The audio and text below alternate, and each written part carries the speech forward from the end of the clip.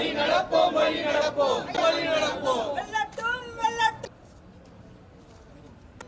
வணக்கம் வீர வணக்கம் வீர வணக்கம் வீர வணக்கம் வீர வணக்கம் வீர வணக்கம் வீர வணக்கம் வீர வணக்கம் தமிழ் தேச விடுதலை போராளி பாவலரேருக்கு வீர வணக்கம் வீர வணக்கம் வீர வணக்கம் வீர வணக்கம் வீர வணக்கம் தமிழ் தேச புரட்சி பாவலர் பெருஞ்சித்திரனாருக்கு வீர வணக்கம் வீர வணக்கம் வெல்லட்டும் வெல்லட்டும் வெல்லட்டும் வெல்லட்டும் வெல்லட்டும் வெல்லட்டும் வெல்லட்டும் வெல்லட்டும் தமிழ்நாடு வெல்லட்டும் வெல்லட்டும் வெல்லட்டும் வெல்லட்டும் வெல்லட்டும் தமிழ் தேச விடுதலை போராட்டம் வெல்லட்டும் வெல்லட்டும் வெல்லட்டும் வெல்லட்டும்.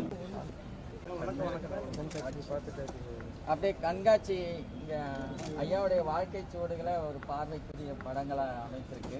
அது ஒரு பார்வை பார்த்துட்டு அப்படியே மேடை ஏறிடலாம்.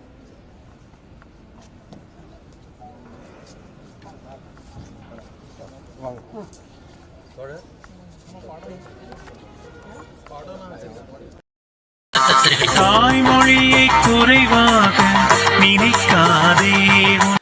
இறுதியாக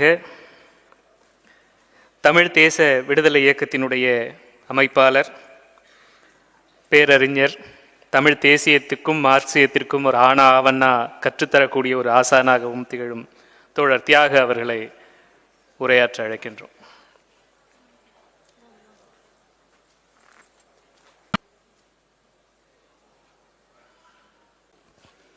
பாவலரேறு பெருஞ்சித்திரனார் எழுத்தலைவுகள் வெளியீட்டு விழாவில் இந்த எழுத்தலைவுகளின் தேவையும் சிறப்பும் குறித்து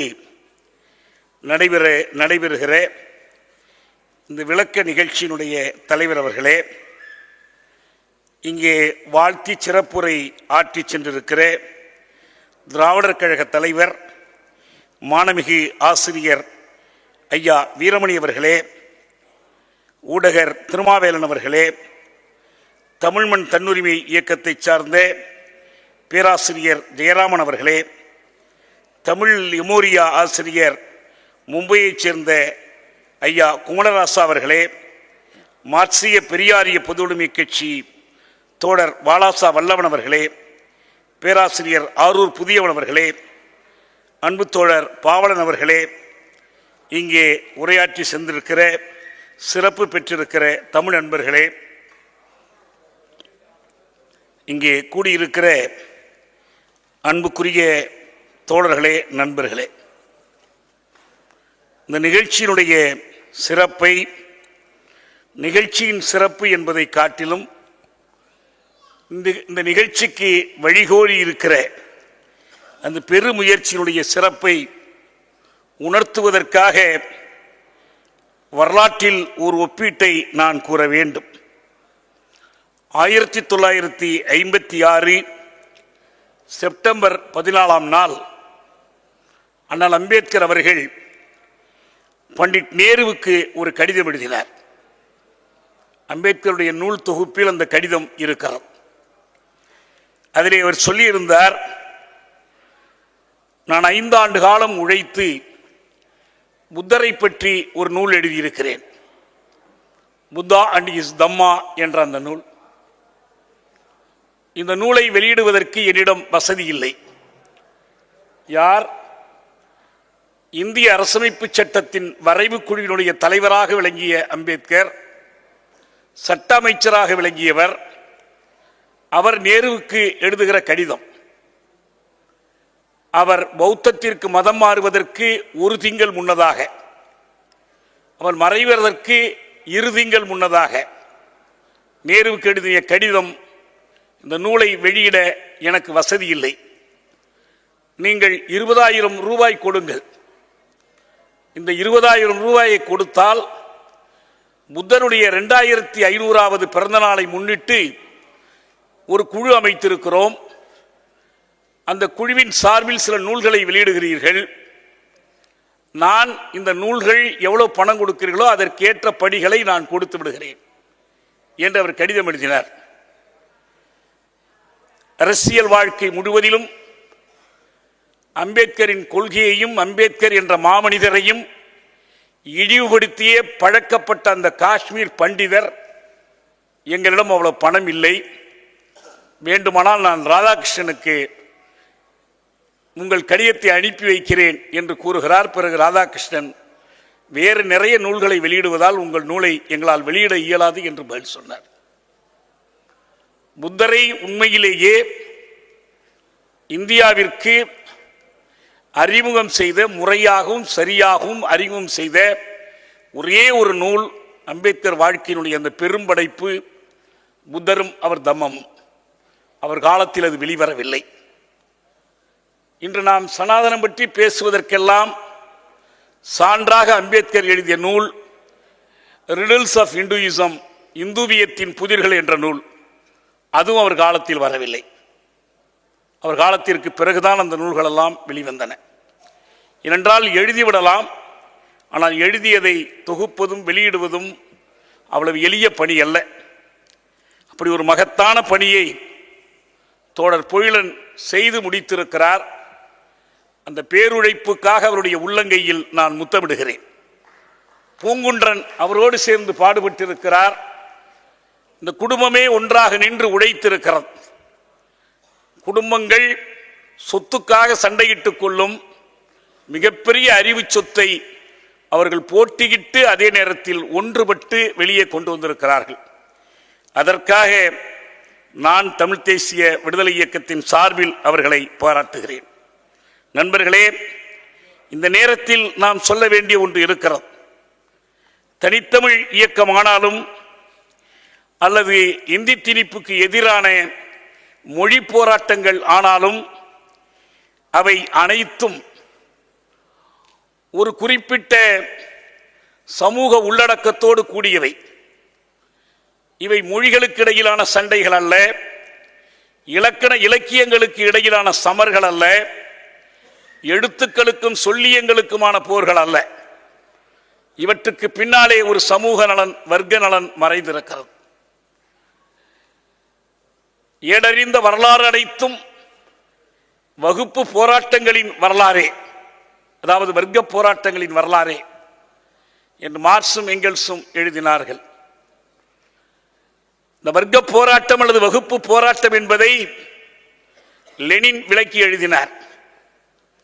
ஒரு கலைக்களஞ்சியத்திற்காக மார்க்சியம் பற்றி எழுதிய ஒரு தொகுப்பு கட்டுரையில் வர்க்க போராட்டம் என்ற தலைப்பிலே அவர் எழுதினார். வரலாறு நெடுகிலும் இந்த மனித சமூகத்தில் வகுப்புக்கும் இடையே முரண்பாடும் மோதலும் இருக்கிறது. தேசத்துக்கும் இடையே முரண்பாடும் மோதலும் இருக்கிறது. அவை ஓயாமல் தமக்குள்ளே சண்டையிட்டுக் கொள்கின்றன.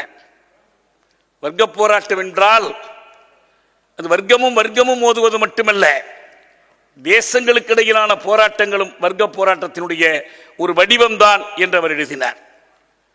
இந்த புரிதல் இந்திய நாட்டினுடைய பொதுமை அறிஞர்களுக்கும் பொதுமை தலைவர்களுக்கும் இருந்திருக்குமானால் தனித்தமிழ் இயக்கமும் இந்த மொழி போராட்டமும் அவற்றுக்குரிய இடத்தை பெற்றிருக்கும். பாவலரேறு பெருஞ்சித்திரனார் அவர்களுடைய பொதுவாழ்வு தொடக்கம் என்பது தனித்தமிழ் இயக்கத்திலிருந்து வருகிறது. தனித்தமிழ் இயக்கம் குறித்து தேவநேய பாவாணர் சொன்னார், தமிழின் தொன்மையை உலகிற்கு அறிவித்தவர் கால்டுவெல் பெருமகனார், தனித்தமிழுக்கு வித்திட்டவர் பிரதிபார் கலைஞர், செடியாக தழையச் செய்தவர் நிறைதமிழ் மலையாம் மறைமலை அடிகளார், நான் மரமாக வளர்த்து வருகிறேன்.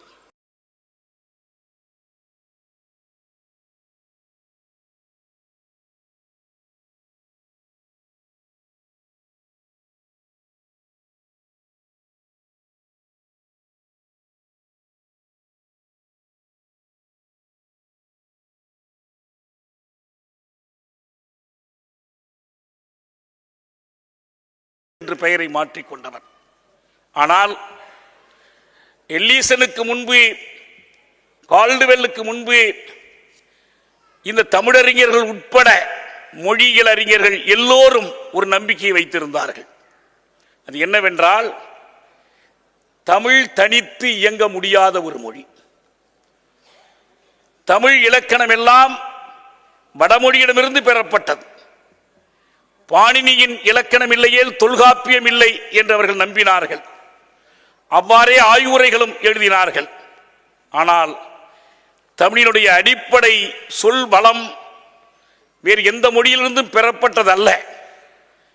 தமிழ் தெலுங்கு ஆகிய இரு மொழிகளை ஆய்வு செய்த ஒரு வெள்ளை அரசு அதிகாரி எல்லீஸ் இந்த முடிவை அறிவித்தார். கால்டுவெல் அதனை மேலும் வளர்த்தெடுத்தார். அவர் சொன்னார், தமிழ் தனித்து எங்க வல்லது மட்டுமல்ல, தமிழ் ஒரு மொழி குடும்பத்தினுடைய மூத்த மொழி. அந்த முறையில்தான் அந்த மொழி குடும்பத்திற்கு அவர் ஒரு பெயர் கொடுத்தார், திராவிடம் என்ற பெயரை கொடுத்தார். இதனை அவருடைய தென்னிந்திய மொழிகளின் ஒப்பாய்வு நூலில் தெளிவாக விளக்கி இருக்கிறார். அவர் இதை இனத்தின் பெயராக, நாட்டின் பெயராக பயன்படுத்தவில்லை. வட ஆரியம் அல்லாத மொழிகள், செப்பமுற்ற மொழிகள், செப்பமுறாத மொழிகள் என்று இரண்டு வகைப்படும். இன்றைக்கு பாகிஸ்தானில் இருக்கிற பலூச்சிஸ்தானிலே பேசப்படுகிற ஒரு மொழி கூட ஒரு செப்பமுறாத திராவிட மொழிதான். தோடர்களின் மொழி, கோண்டுகளின் மொழி. வடநாட்டிலே பல மொழிகள் திராவிட மொழிகள். ஆனால் செப்பமுற்ற 5 மொழிகள் தமிழும் தெலுங்கும் கன்னடமும் மலையாளமும் துளுவும் இவைதான் இந்த திராவிட மொழி குடும்பத்தினுடைய செப்பமுற்ற ஒரு மொழி கூட்டம். இந்த மொழி கூட்டம் பேசப்படுகிற இடமாக அன்றைய சென்னை மாகாணம் இருந்தது. அதனால் அதற்கு திராவிட நாடு என்ற பெயர் வழங்கலாயிற்று. அவர் ஒன்றும் திராவிடர்களை கண்டுபிடிக்கவும் இல்லை, திராவிட நாட்டை கண்டுபிடிக்கவும் இல்லை. அந்த கால்டுவெல் இல்லை என்றால் தமிழியல் என்ற ஒரு அரசியல் போக்கே இல்லை. திராவிடியலும் இல்லை, தமிழியலும் இல்லை. நீங்கள் கால்டுவெல்லை ஒதுக்கிவிட்டு தனித்தமிழ் இயக்கம் பற்றி பேச முடியாது. கால்டுவெல்லை ஒதுக்கிவிட்டு திராவிட இயக்கம் பற்றி பேச முடியாது. இன்றைக்கு இருக்கிற தமிழ் தேசியத்திற்கும் மூலம் கால்டுவெல்லுடைய அந்த பார்வைதான். அவர் இல்லைன்னா வேற ஒருத்தர் செய்திருப்பார்கள் என்பது வேறு செய்தி. ஆனால் கால்டுவெல் மீது உங்களுக்கு அவ்வளவு எரிச்சல் வருகிறது, இவர் திராவிடம் என்று சொல்லிவிட்டார் என்று சொன்னதற்கான காரணங்கள் அவர் எழுதியிருக்கிறார், விவாதிக்கலாம். பாவாணர் அந்த காரணங்களை ஏற்றுக்கொண்டிருக்கிறார். இதான் மிக முக்கியமானது. அவருக்கு மேல் வேற யாரும் சொல்ல வேண்டியதில்லை. மறைமலை அடிகளார் இதனை வளர்த்தெடுத்தார். இங்கே மிக முக்கியமாக ஒன்றை பார்க்க வேண்டும். இந்த தனித்தமிழ் இயக்கம் இதனுடைய சமூகவியலை, sociology of the linguistic movement, அது மொழி போராட்டமானாலும் சரி, தனித்தமிழ் இயக்க முயற்சிகளானாலும் சரி, ஆய்வு செய்து மக்கள் முன் வைத்திருக்க வேண்டியவர்கள் பொதுவுடைமை தலைவர்கள், பொதுமை அறிஞர்கள். ஆனால் அவர்கள் எல்லோரும் அன்றைக்கு இந்திய மயக்கத்திலே ஆழ்ந்திருந்தார்கள். அவர்கள் வர்க்க சுருக்கியம் எனப்படுகிற கிளாஸ் ரிடக்ஷனிசத்திலே மூழ்கி இருந்தார்கள். அவர்கள் இந்திய சமூகத்துக்குரிய இரட்டை பூட்டுகளான தேசிய இன சிக்கலையும் சாதி சிக்கலையும் கருதி பார்க்க அணியமாக இல்லை. அதனுடைய விளைவுதான் மிகச்சிறந்த தமிழறிஞர்கள், மிகச்சிறந்த சமூக நோக்கிலான மொழியறிஞர்கள் கைலாசபதியும் சிவத்தம்பியும். கைலாசபதி தனித்தமிழ் இயக்கம் தோன்றிய சமூக சூழலை விளக்குகிறார்.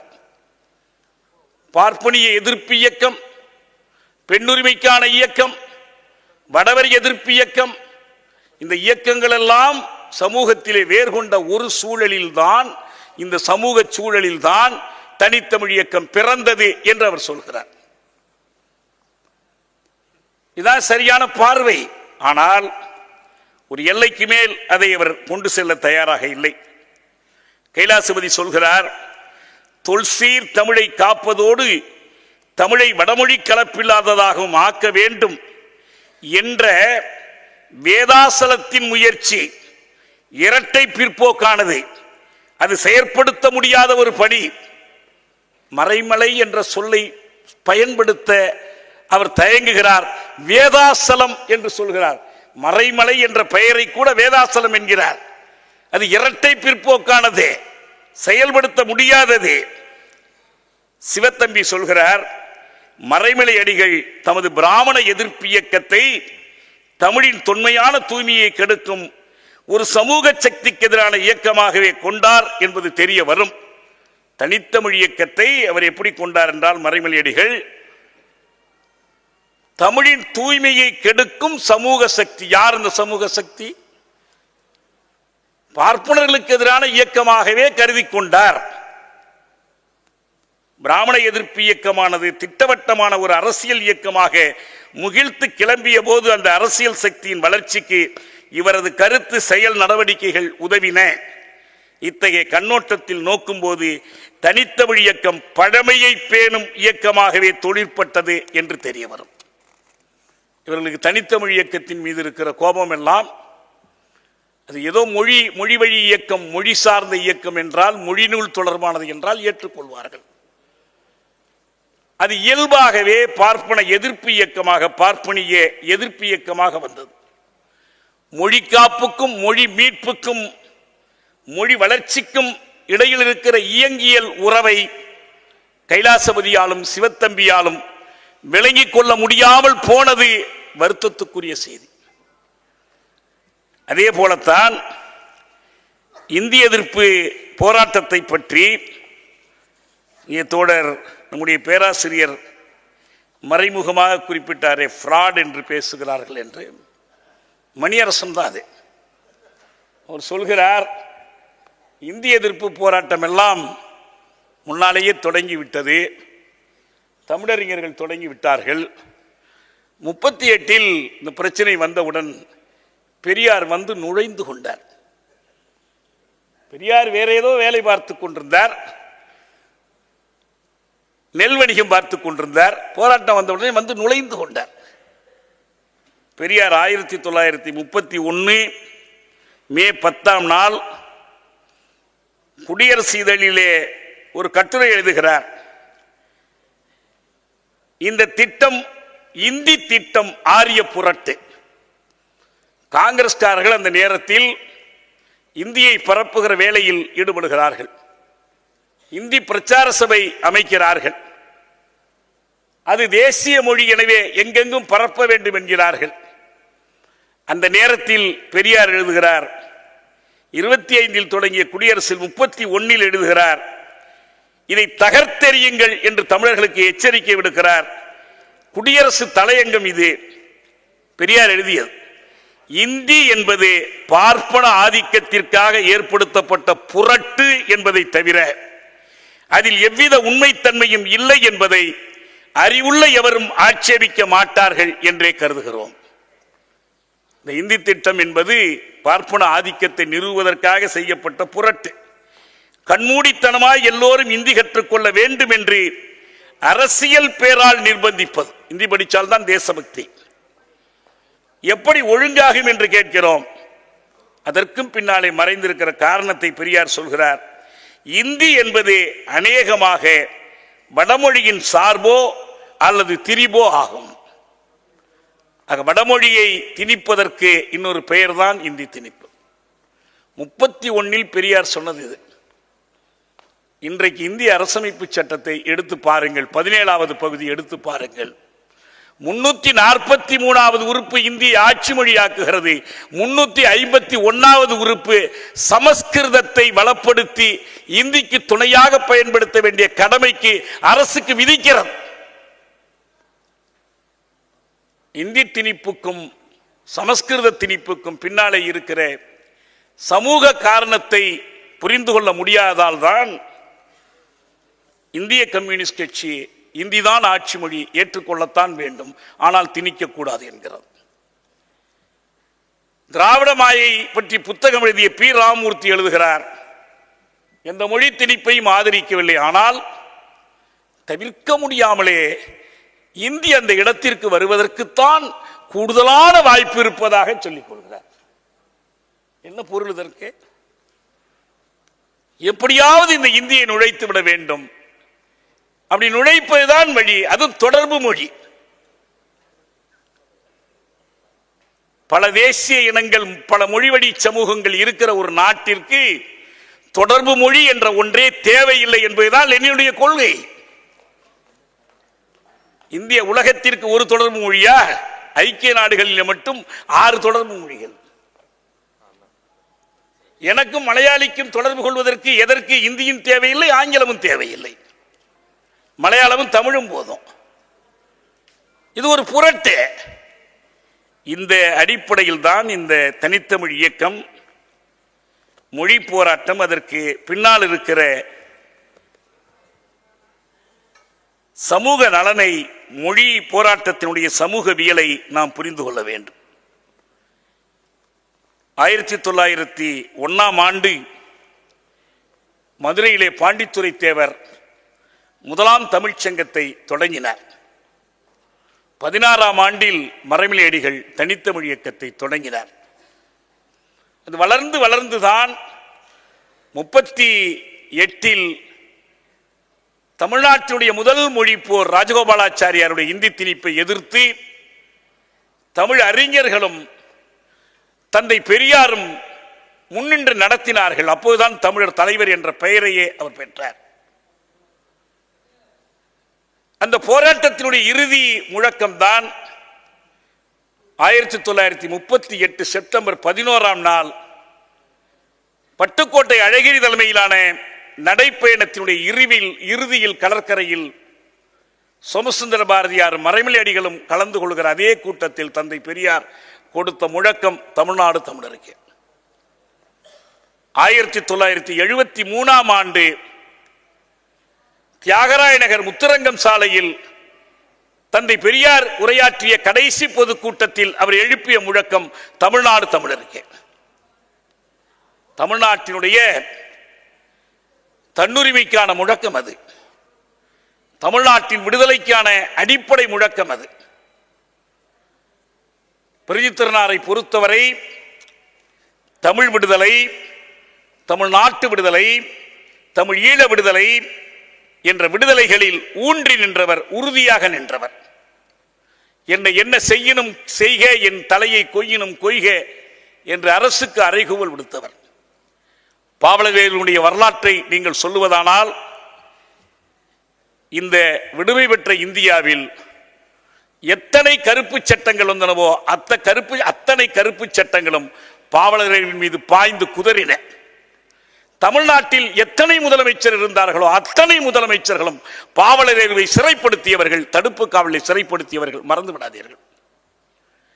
நெருக்கடி நிலை காலத்தில் சென்னை நகரத்தில் தமிழ்நாடு தமிழருக்கே என்ற முழக்கத்தோடு தடையை மீறி ஊர்வலம் சென்று பாவலரேரும் அருளியாரும் மற்ற பலரும் சிறைக்கு சென்றார்கள். அப்படி அவர்கள் சிறைக்கு சென்ற போது திராவிட முன்னேற்ற கழக ஆட்சிதான் நடைபெற்றுக் கொண்டிருந்தது. நாம் இன்றைக்கு ஒன்றை மட்டும்தான் இறுதியாக நான் சொல்ல விரும்புகிறேன் நண்பர்களே, என்னவென்றால், இந்த நூல்கள் அழகான வடிவமைப்போடு நேர்த்தியான முறையில் ஆக்கப்பட்டு, வேறு எப்படியும் பாவலரேருவின் குடும்பத்தினால், பொழின்றனால், பூங்குன்றனால் அதை அணியப்படுத்த முடியாது. தென்மொழியில் ஏதோ சில நேரங்களில் நான் 2-3 கட்டுரைகள் எழுதியிருக்கிறேன். வேறு எதற்கும் எழுதுவதற்கு அவ்வளவு நான் இடர்பட்டிருக்க மாட்டேன். ஏனென்றால் தென்மொழியில் எழுதுகிறோம், ஒரு சொல் கூட வேற்றுமொழி சொல் வராமல் இருக்க வேண்டுமே என்ற கவலையோடு எழுத வேண்டும். கடைசியாக வங்கதேச புரட்சி பற்றி ஒன்று எழுதியிருந்தேன். வசந்தம் தமிழ் சொல் அல்ல என்பதால் அதை வங்கதேசத்து இளவேனில் என்று எழுதி கொடுத்தேன் பூங்குன்றன் அவர்களிடம். அப்படி தொடர்ந்து அப்படி அவ்வளவு அக்கறையோடு அந்த இதழை, அந்த தனித்தமிழ் இதழை தூய தமிழ் இயக்கத்துக்கு ஏற்பவர்கள் நடத்தி வருகிறவர்கள். எனவே அவர்கள் இந்த உழைப்பை செலுத்தி இதனை அணியப்படுத்தினார்கள் என்பதிலே பெரிய வியப்பில்லை. ஆனால் இந்த நூல்களுடைய உள்ளடக்கம், ஏனென்றால் இது நமக்கு மிகவும் நெருக்கடியானது ஒரு காலம். இங்கே எனக்கு முன் பேசிய தோழர்கள் சொன்னார்கள், என்ன விதமான நெருக்கடி இது? அம்பேத்கர் அவர்கள் மறைவதற்கு முன் பிபிசிக்கு ஒரு பேட்டி அளித்தார். இந்திய ஜனநாயகம் நீடிக்குமா என்று அவரிடம் கேள்வி கேட்கப்பட்டது. அவர் வரைந்த அரசமைப்பு பேரவையில் அதனுடைய ஒவ்வொரு நெறியையும் நிறைவேற்றுவதற்கு அவர் எப்படி போரிட்டார் என்பது அந்த வாதங்களை படித்து பார்த்தால் நமக்கு தெரியும். 49 நவம்பர் 26ஆம் நாள் அரசமைப்பு பேரவை அந்த அரசமைப்பை ஏற்பதற்கு முதல் நாள் நவம்பர் 25ஆம் நாள் அவர் ஆற்றிய உரையை திரும்ப எடுத்து படித்து பாருங்கள். இதோ நான் ஒரு சிறந்த அரசமைப்பு சட்டத்தை உருவாக்கி இருக்கிறேன், உங்கள் வாழ்வு சிறக்கும் என்று அவர் உறுதி கொடுக்கவில்லை. நாம் 50 ஜனவரி 26ஆம் நாள் முரண்பாடுகள் நிறைந்த புதிய காலத்திற்குள் அடியெடுத்து வைக்கிறோம்.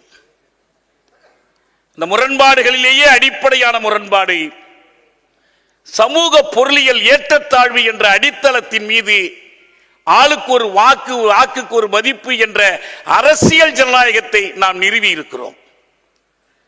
இந்த ஏற்றத்தாழ்வுகள் களையப்படவில்லை என்றால் இந்த ஏற்றத்தாழ்வுகளால் துயருற்ற மக்கள் இந்த அரசியல் ஜனநாயகத்தை தகர்த்து விடுவார்கள் என்று சொன்னார். அவரே அந்த அரசமைப்பின் மீது நம்பிக்கை இழந்து பிறகு நாடாளுமன்றத்திலேயே உரையாற்றினார். நமக்கு எல்லாம் தெரியும் எந்த கட்டத்தில் அவர் விலகி சென்றார் என்பதும் தெரியும். அரசமைப்பின் மீதான நம்பிக்கை என்பது இந்தியா என்கிற கருத்தின் மீதான நம்பிக்கை. பெரியாருக்கும் அவருக்கும் இருக்கிற ஒற்றுமை, 2 பேருமே இந்திய அரசை பார்ப்பன பணியா அரசு என்று அழைத்தார்கள். அந்த அரச கட்டமைப்புக்குட்பட்டு என்ன முடியும் என்று செய்து பார்க்கிற முயற்சியிலே அம்பேத்கர் ஈடுபட்டார். பெரியார் அதெல்லாம் தேவையில்லை, இந்தியா இருக்கிற வரைக்கும் இதெல்லாம் ஒழியாது என்று முன்கூட்டி அறிவித்தார். அம்பேத்கர் அந்த கடைசி பேட்டியிலும் அதைத்தான் சொல்கிறார், நீடிக்காதீர்கள். ஒரு மிக அழகான ஒரு எடுத்துக்காட்டை சொல்கிறார். இந்திய ஜனநாயகம் என்பது சாணக்குவியலின் மீது எழுப்பப்பட்டிருக்கிற மாளிகை. சாணக்குவியலின் மீது கட்டப்பட்டிருக்கிற வீடு எப்படி நிலைக்கும்? அது இன்னமும் நிலைத்திருக்கிறது என்றால் 2 காரணங்களால் நிலைத்திருக்கிறது. ஒன்று, கொடிய அடக்குமுறையை கொண்டு, மோசடிகளை கொண்டு, ஏமாற்றுத்தனத்தை கொண்டு அது நம்மீது தொடர்ந்து ஆட்சி புரிந்து கொண்டிருக்கிறது. நாம் அதை எதிர்த்து போராட தவறியதால் தகர்த்தெறிவார்கள் என்று நம்மீது நம்பிக்கை வைத்த அம்பேத்கர் சொன்னாரே, நாம் தகர்த்தெறியாமல் காலம் கடத்துவதால் அது நிலைத்திருக்கிறது. என்ன நிலைமை? 2 நாட்களா ஒரு பேச்சு அடிபடுகிறது. அறிவிக்கப்படாத நெருக்கடிகளை. நல்லது, அறிவிக்கப்படாத நெருக்கடிகளை எப்போது தொடங்கியது? 2014ஆம் ஆண்டு மோடி ஆட்சிக்கு வந்த நாளில் இந்த நாடு அறிவிக்கப்படாத நெருக்கடிகளுக்குள்ளே விழுந்து விட்டது. அறிவிக்கப்பட்ட நெருக்கடிகளையே காட்டிலும் படுமோசமான நெருக்கடிகளையே நாம் 10 ஆண்டுகளுக்கு மேலாக துய்த்துக் கொண்டிருக்கிறோம். அந்த அழுத்தத்தின் கீழ்தான் இருக்கிற இந்த கட்டமைப்பு முழுவதும் அரசுகள் அனைத்தும் செயல்பட்டுக் கொண்டிருக்கின்றன. நாம் கேட்பது ஒன்றே ஒன்றுதான். இந்த அறிவிக்கப்படாத நெருக்கடிகளை ஆட்சி நடத்தி கொண்டிருக்கிற பாசிச மோதிக்கு எதிராக ஒரே ஒரு வாய்ப்பு தான் நமக்கு இருக்கிறது. நம்முடைய மக்களை அணிதிரட்டி போராடுகிற வாய்ப்பு. வேற எந்த வாய்ப்பும் இல்லை. அப்படி அணிதிரட்டி போராடுகிற வாய்ப்பை எங்களிடமிருந்து பறித்துக் கொள்கிறீர்களே, நியாயம் தானா என்று மட்டும்தான் கேட்கிறோம். இந்த அழகான அரங்கத்தில் இந்த நூல்களை பற்றி உட்கார்ந்து பேசிக் கொண்டிருக்கிறோம். முடிந்து போனதா? இந்த நூல்களின் சாரத்தை, நூல்களிடமிருந்து நாம் பெற்றுக்கொண்ட உணர்வை, அதிலிருந்து பெற்றுக்கொண்ட அறிவு தெளிவை தெருமுனைக்கு தெருமுனை நின்று பேச வேண்டும். அதற்கு இந்த அரசு அனுமதிக்குமா? காவல்துறை தடை போட்டு விடும். மூச்சே விடக்கூடாது, குறையே சொல்லக்கூடாது. யாருக்கு உதவும் இது? மோடி நடத்துகிற ஆட்சிக்கு உதவும். நாங்கள் அதைத்தான் வகையாக பார்க்கிறோம். அதற்கு எதிராக தான் எங்களுடைய போராட்டம். ஆனால் இந்த போராட்டத்திற்கு நீங்கள் முடிந்தால் துணை வாருங்கள், அல்லது எங்கள் வழியில் குறுக்கிடாமல் ஒதுங்கி நில்லுங்கள், அறப்போர்களை தடை செய்யாதீர்கள், சட்டப்படி எங்களுக்குள்ள உரிமைகளை நாங்கள் பயன்படுத்துவதற்கு உதவுங்கள் என்று கேட்கிறோம். தமிழ் சமூகத்தினுடைய முன்னேறிய உணர்வு படைத்தவர்கள் அருந்திரளாக என்றாலும் கூடியிருக்கிற இந்த அவையிலே நான் சொல்கிறேன், தமிழ்நாட்டின் குடியாட்சிய உரிமைகளை, அரசமைப்பு சட்டமே ஏற்றுக்கொண்டிருக்கிற அந்த உரிமைகளை, the right to protest, the right to freedom of speech, போராடுகிற உரிமையை, கருத்து வெளிப்படுத்துகிற உரிமையை, தெருவிலே போய் துண்டறிக்கை கொடுக்கிற உரிமையை நாம் மீட்டெடுத்தாக வேண்டும். அதற்கான பொது கருத்தை இந்த தமிழ்நாட்டிலே உருவாக்க வேண்டும். யாரும் நமக்கு போடுகிற பிச்சை அல்ல கருத்துரிமை. ஐயா நீங்கள் பார்த்து கொஞ்சம் கொடுங்கள் என்று கெஞ்ச நாம் தயாரா இல்லை. எவரிடத்தும் கெஞ்சுவதில்லை, பிறர் கேட்டிருக்கும் நாம் அஞ்சுவதில்லை. இதுதான் பாவலர்கள் நம் கற்பித்திருக்கிற அறிவும் துணிவும் உணர்வும் கொண்டு இந்த பணியை தொடர்ந்து ஆற்றுவோம். இன்றைக்கு இளைஞர்கள் வாசிப்பது மட்டுமல்ல, மீள் வாசிப்பு செய்கிறார்கள். மார்க்ஸை மீள் வாசிப்பு செய்ய வேண்டும், லெனினை மீள் வாசிப்பு செய்ய வேண்டும், பெரியாரை மீள் வாசிப்பு செய்ய வேண்டும். இவற்றில் எதுவும் ரிக்வேதம் இல்லை, படிக்கக்கூடாது, திருத்தக்கூடாது. மனனம் செய்து ஒப்பிக்கிற இலக்கியம் அல்ல இது. எல்லாமே மீள்வாசிப்புக்கு உள்ளாக வேண்டும். கலீலியோவை மீள்வாசிப்பு செய்யவில்லை என்றால் நியூட்டன் கிடைத்திருக்க மாட்டான். நியூட்டனை மீள்வாசிப்பு செய்யவில்லை என்றால் ஐன்ஸ்டீன் கிடைத்திருக்க மாட்டார். ஐன்ஸ்டீனை மீள்வாசிப்பு செய்யவில்லை என்றால் ஸ்டீபன் ஹாக்கிங் கிடைத்திருக்க மாட்டார். இவங்க எல்லாரையும் மீள்வாசிப்பு செய்ய வேண்டும். மீள்வாசிப்பு செய்ய வேண்டும் என்றால் இந்த புத்தகங்களாக மட்டுமல்ல, இதில் இருக்கிற செய்திகள் கட்டுரைகளாக, அறிக்கைகளாக, திருமுனை கூட்ட பேச்சுக்களாக தமிழ் மக்களிடம் கொண்டு சேர்க்க வேண்டும். அதற்கான குடியாட்சிய உரிமையை நாம் போராடி காப்போம். நன்றி, வணக்கம்.